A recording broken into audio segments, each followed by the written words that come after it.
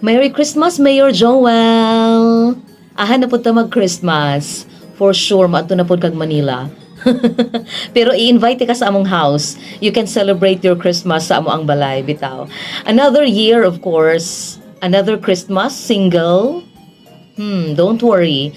I'm sure, puno na imong inbox din ha with applications for the position of First Lady. O dapat i-check na nimo kay di ra ba katig-check sa mong inbox. Na puno na diha for sure.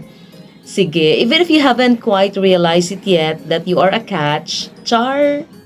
Of course, you're a catch. Syempre, no?